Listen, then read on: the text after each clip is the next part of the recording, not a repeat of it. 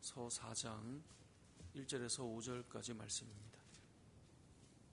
오늘 본문 말씀의 시작은 요나가 매우 싫어하고 성을 냈다라고 표현하고 있습니다. 살다 보면 요나처럼 참 싫은 일이 생길 때가 있습니다. 우리가 열심히 마음을 가다듬지만 너무너무 싫어요. 그리고 막 화가 날 때가 있는 것이죠. 지금 요나가 그런 상황입니다. 너무너무 화가 났습니다.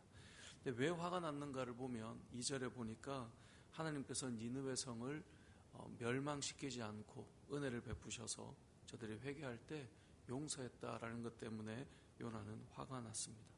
우리는 늘 이 본문을 볼 때 그런 생각을 합니다. 아니, 하나님의 은혜가 임했고 회개하고 돌이켜서 용서가 임했는데 어떻게 요나는 저 사람들이 구원받고 은혜를 받은 것을 싫어할까? 이제 우리는 이렇게 보통 생각하고 또 그렇게 적용을 합니다. 원론적으로 말하면 요나는 은혜 받고 회복되는 것을 싫어하는 사람으로 보여지고 요나가 화내는 것이 마땅하지 않다라는 생각이 듭니다. 하나님께서도 질문하시죠. 너가 지금 성을 내는 것이 옳은 거 맞냐? 라고 말씀하고 있죠. 그런데 사실 요나라고 하는 선지자는 열왕기 하에도 등장하는데요. 북이스라엘의 선지자였습니다. 우리는 요나가 왜 화가 났는가를 좀 생각해 봐야 됩니다. 너무나 성품이나 인품이 엉망인 선지자를 부르셔서 일을 맡기셨다라고 보기에는 열왕기에 보면 요나는 하나님께서 세운 좋은 선지자였다는 것이죠. 그런데 지금 화가 나 있단 말이에요. 그렇다면 요나 입장에서 한번 생각해 봐야 돼요. 왜냐하면 이걸 우리가 그냥 원론적으로만 적용하면 우리의 삶에 적용하기는 좀 어렵기 때문에 그렇습니다. 요나 입장에 도대체 왜 아수르를 받아들이기 어려웠을까 생각해 보면 아수르라고 하는 나라는 북이스라엘을 망하게 한 나라입니다.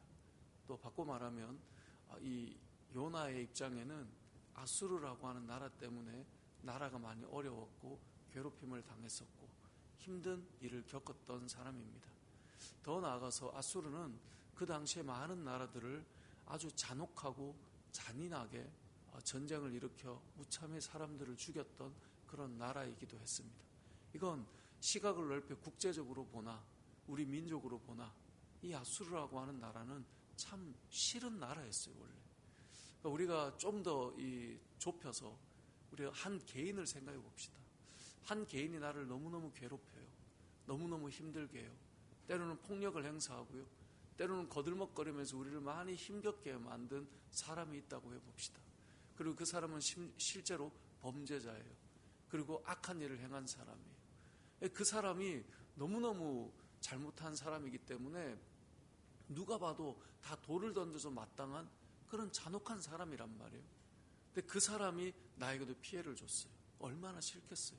만나면 그 사람이 싫고 요즘에 학폭 피해자들이 연예계나 또 정치계나 아니면 스포츠계나 잘 나갔던 사람들이 어린 시절에 학폭을 가해했던 사람이다, 가해자다 이러면 그게 이제 이슈가 되면 나 어릴 때 저 사람 때문에 피해를 받았는데 저 사람이 저렇게 언론이나 또 이런 TV에 나오는 것이 힘들다라고 할 때 사람들이 다 그 피해자 편에 서주지 않습니까? 저랬던 사람.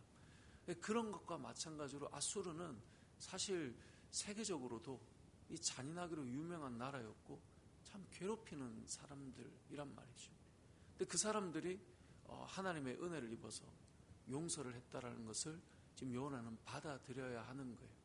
누군가가 내 자식이나 나를 엄청나게 괴롭혀왔고 힘들게 했었고 누가 봐도 저 사람은 죄인이에요. 저 사람을 용서한다는 것은 내 입장에는 용서가 잘 안 되는 사람이란 말이에요.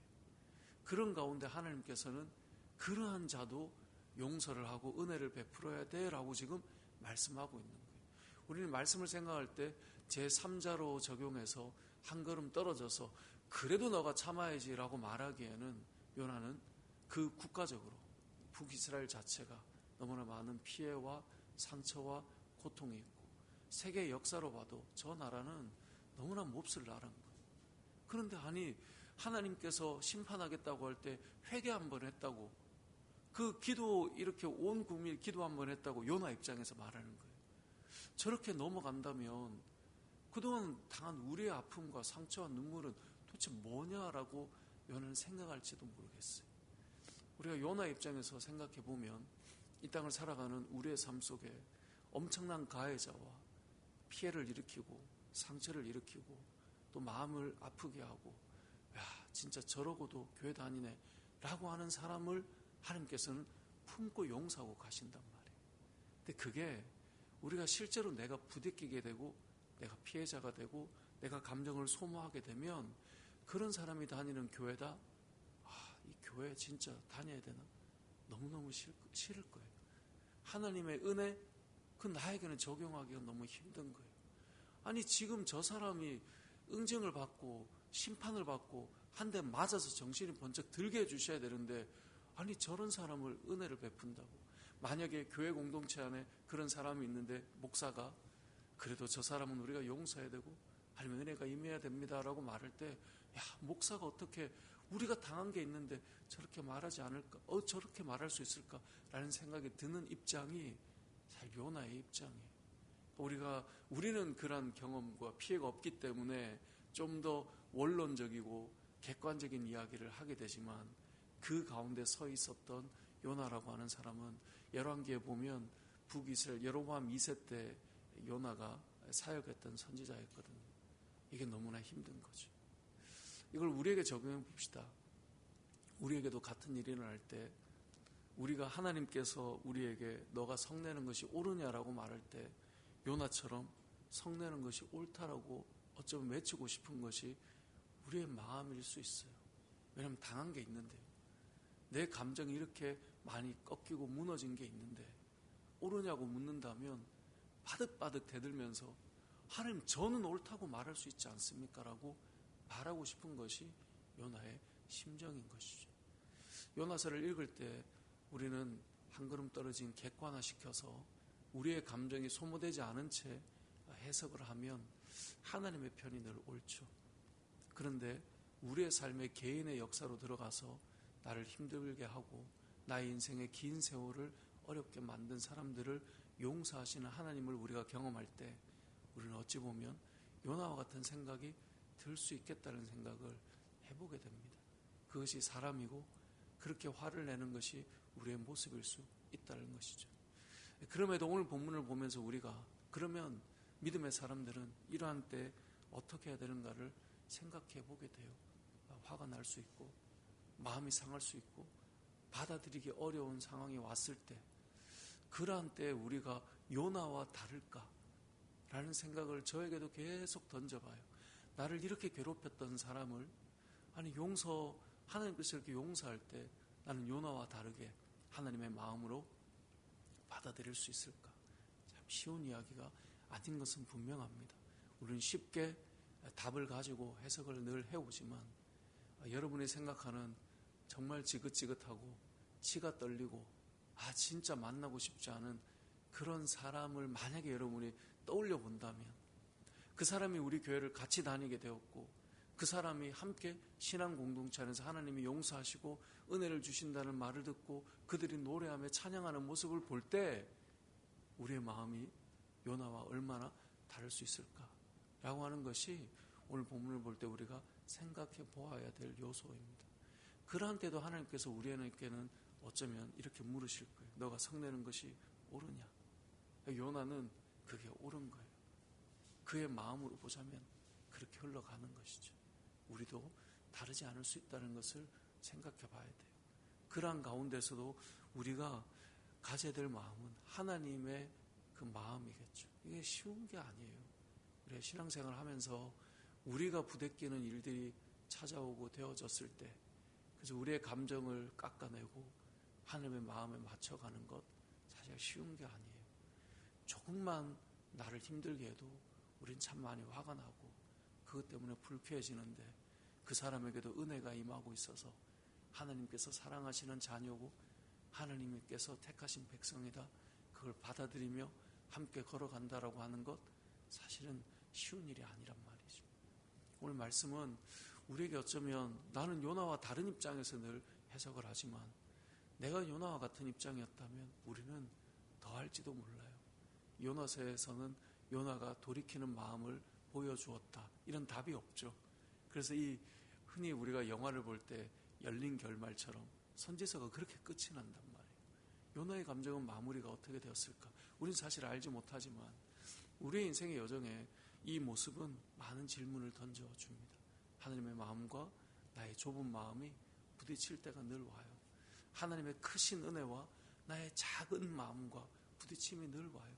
나에게 받은 은혜는 너무나 중요하고 다른 사람에게 임하는 은혜에는 우리의 마음이 좁다. 이런 정도의 상황은 사실 아니에요. 너무나 큰 피해를 일으켰고 아픔을 준 사람들을 향한 하나님의 은혜가 임할 때 우리의 마음이 과연 쉬울까? 쉽지 않음이 이 안에 녹아져 있고 그 11개화에 나오는 요나와 너무나 다른 그림은 사실 우리의 인생 속에서도 평상시와 저와 여러분이 좋을 때는 얼마나 좋겠어요. 그렇지 않은 그 시간을 보낼 때 우리가 요나와 다를 수 있을까? 다를 수 있을까? 이 생각을 계속 해보게 되는데요. 이런 질문을 던진다고 해서 이게 합당하다는 건 아니겠죠. 그래서 우리의 마음에 하나님의 마음이 임한다는 것 쉬운 이야기는 아니지만 그럼에도 불구하고 하나님께서 하나님의 은혜가 모든 영혼에게 임하여야 된다라고 하는 크신 하나님의 마음에 우리가 조금이라도 따라갈 수 있는, 조금이라도 우리의 마음을 넓힐 수 있는, 우리가 그 은혜에 조금이라도 한 걸음 더 발맞출 수 있는 그런 믿음의 성도가 되고 그런 믿음의 삶이 되어져야 된다는 것을 어찌 보면 새해를 시작하면서 우리가 또 이 말씀을 통해 한 번 더 생각해 보면 좋겠다라는 그런 마음이 듭니다. 하나님께서 저와 여러분의 삶에 우리는 여러 가지 감정의 소모를 겪는 그런 시간들을 늘 보내간단 말이에요. 그러한 가운데에서도 우리는 요나와 같은 행동을 우린 참 많이 하고 살지만 하나님께서 질문하며 그들에게도 은혜가 임해야 된다라고 할 때 내가 겪어냈던 것들을 깎아내며 받아들여야 되는 그 시간들이 요나를 보면 쉽지 않구나. 우리를 생각해도 쉽지 않죠. 하지만 내 개인의 감정과 내 개인의 역사와 민족의 역사 속에 일어났던 한 민족을 품고 한 나라를 품고 한 영혼을 품는 그 아버지의 마음을 가지기까지 우리의 마음이 어떠해야 되는가를 돌아보고 또 그렇게 하나님의 은혜 가운데 우리의 마음을 넓혀갈 수 있는 그런 저와 여러분의 삶이 되시길 또 그러한 우리 교회가 되길 주님의 이름으로 축복합니다. 아멘.